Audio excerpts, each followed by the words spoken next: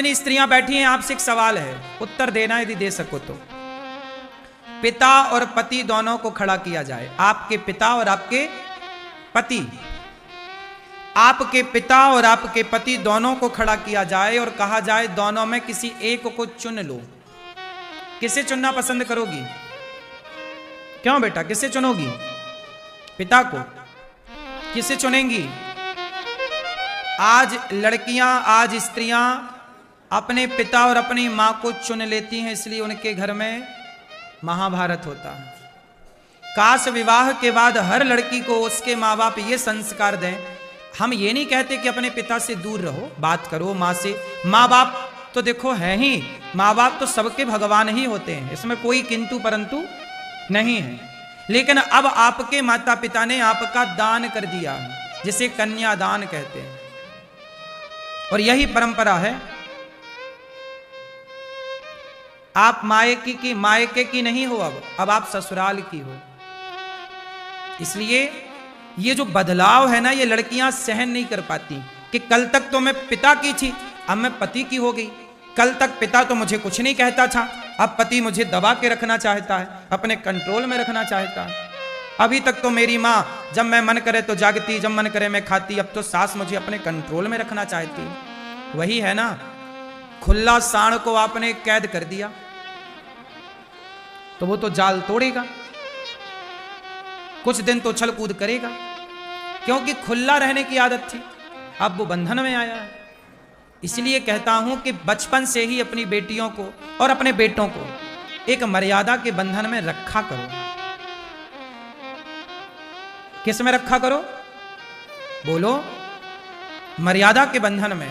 यदि हर बेटी को मर्यादा के बंधन में हर माँ बाप रखें तो तुम्हारी बहू ना आएगी, तुम्हारे घर भी एक बेटी ही आएगी बहू के रूप में, क्योंकि वो बचपन से ये सीख चुकी होगी। मां क्यों नहीं सिखाती कि बहू कैसे बना जाता है, बहू बनकर भी बेटी कैसे रहना है।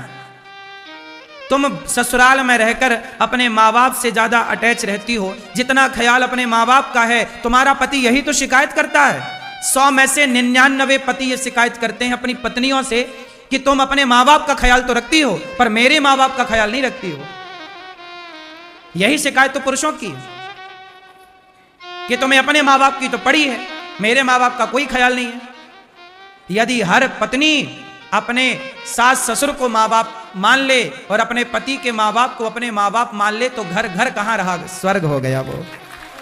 और पुरुष भी अपनी पत्नी के माँ बाप को वो अपना माँ बाप मान ले। तुम मेरे माता पिता को अपना मान लो और मैं तुम्हारे माँ बाप को अपना मान लूं, और एक दूसरे के माँ बाप का सम्मान करने लग जाएं, एक दूसरे के माँ बाप का आदर करने लग जाएं। सारे पति पत्नी का झगड़ा केवल माँ बाप के अपमान के कारण होता है कि तुमने मेरे माँ बाप का अपमान किया, मैंने भी तुम्हारे माँ बाप का अपमान किया, लो महाभारत चालू। कितनी मूर्खता है ये कि माँ बाप तो माँ बाप होते हैं, चाहे तुम्हारे हों चाहे मेरे हों, और माँ बाप को भी चाहिए कि वो अपने बच्चों के झगड़े में बिल्कुल भी इन्वॉल्व ना हो, क्योंकि पति पत्नी आज झगड़ा कर रहे हैं, वो बच्चे हैं, कल वो एक हो जाएंगे। पर तुम ज्यादा पक्षपाती ना बनो, कल तुम ही लबरा कहलाओगे। कहते पति पत्नी के झगड़ा में जो बोले वो लबरा। लबरा किसे कहते हैं? क्यों मैया बताओ, लबरा कौन? कौन झूठे?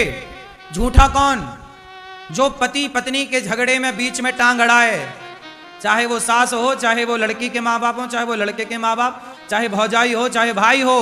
कभी किसी पति पत्नी के झगड़े पे बोलना मत, वो कल एक हो जाएंगे और तुम्हें बिल्कुल घूरेंगे। बोलो हाँ, पति पत्नी के झगड़ा में जो बोले ज्यादा होशियार बने वो लबरा। समझदार लोग कभी किसी पति पत्नी के मैटर में इन्वॉल्व नहीं होते, और आपको तो हर जगह घुसना होता है। मैं आ गया वकील बन के, मैं आ गया जज बन के, मैं न्याय करूं।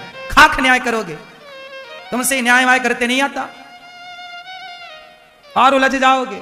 एक के भी पक्ष में बोल दिया, चलो पति पत्नी की लड़ाई हो गई, माना की, और आपने किसी एक पक्ष में बोल दिया, अरे लड़का तू गलत है, तेरी पत्नी सही है, तो लड़के को लगेगा यार क्या इनका क्या है, ये काहे इनका पक्ष ले रहे हैं,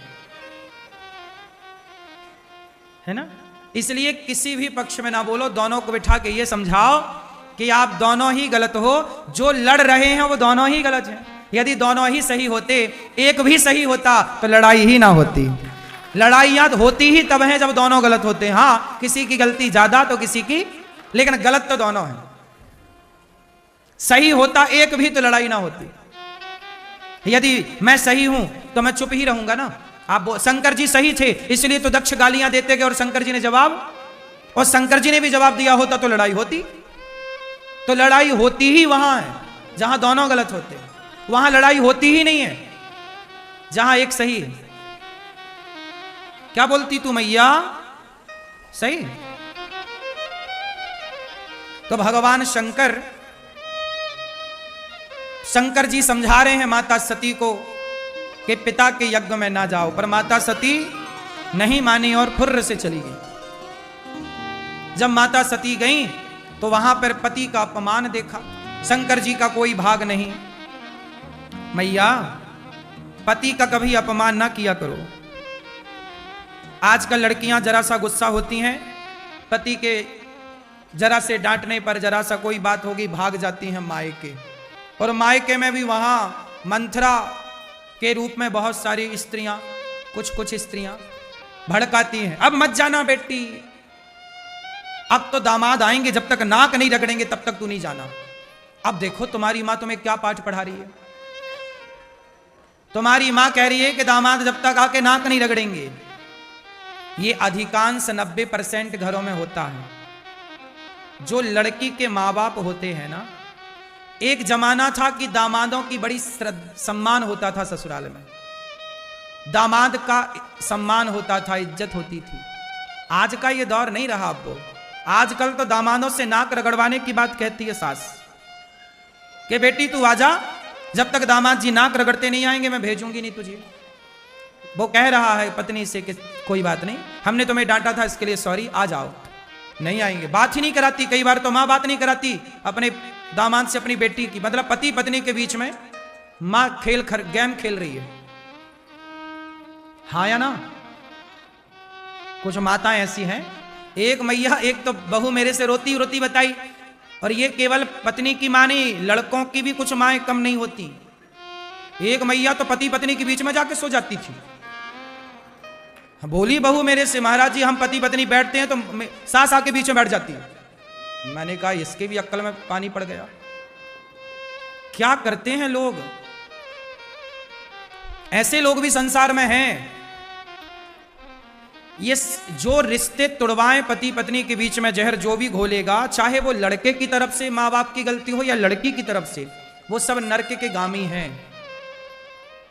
नाक रगड़वाने की बात चलती है समाज में कि मैं तो दामाद जी से नाक रगड़वाऊंगी। अब जिस दामाद के तुमने पांव पूजे थे मंडप के नीचे, अब उसी दामाद से तुम उम्मीद करती हो कि वो नाक रगड़े।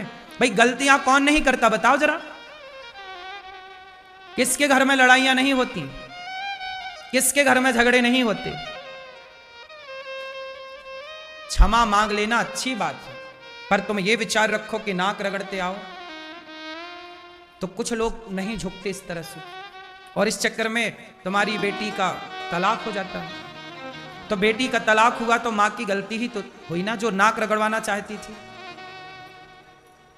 क्यों नहीं भेज दिया? चलो बेटी गलती हुई उसकी, उसने स्वीकार कर लिया, अब रहना प्रेम से, इतनी सी बात थी।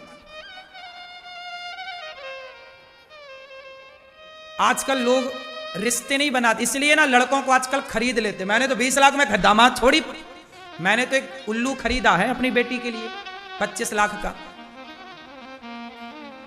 आजकल तुम भी तो बिकाऊ हो गए, तुम में भी दम कहां रही? तुम भी मर्द कहां रहे? तुम भी तो गधे ही हो गए। बिक गए ना 20 लाख में, बिक गए ना 40 लाख में।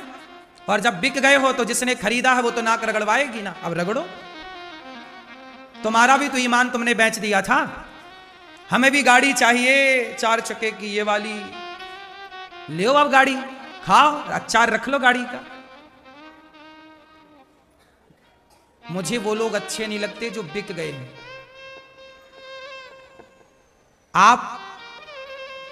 कोई आपको कैसे खरीद सकता है? अपने आप को इतना योग्य बनाओ कि आपको कोई खरीद ही ना सके। शादी ब्याह करते हो तो मुंह फाड़ के दहेज मांगते हो, और बाद में जब वो नाक रगड़वाती हैं तो तुम रोते हो, फिर रगड़ो नाक। बात ठीक है कि तुम्हें खरीदा भी तो है, तुमने भी तो इतना बड़ा मुंह फाड़ा था, हमें दहेज चाहिए। तुम्हारी माँ ने भी तो इतनी लिस्ट बना के दी थी, इतनी लंबी, कपड़े लाना सबको, बुआ को, मौसी को, आजी, जो मर गए थे उनके भी कपड़े मांग लिए। हाँ या ना? अभी बहू के पेट में बच्चा पैदा नहीं हुआ लेकिन उसके भी कपड़े आए हैं कि पैदा होगा तो पहनेगा ये। हाँ या ना? अब रिश्ते रिश्ते कहां रहे, अब तो रिश्तों में भी व्यापार है। क्या है? बिजनेस है। आजकल बाजार में लड़कियां, एक आदमी आया मेरे पास, बोला महाराज जी मैं 80,000 की पत्नी खरीद के लाया हूं। कितने की लाया था? 80,000 की। और बोला लाया मैं, इससे किसी और से प्यार हो गया। मैंने कहा चाइना मॉडल ले आया और क्या, हाँ सस्ती वाली लाया था, थोड़ी ब्रांडेड लाता, लाया ये 80,000 इसने फूके और प्यार किसी और से कर रही है। ऐसे ही चल रहा है। अब संस्कार ना दोगे तो यही होगा, सत्संग नहीं करोगे तो यही होगा।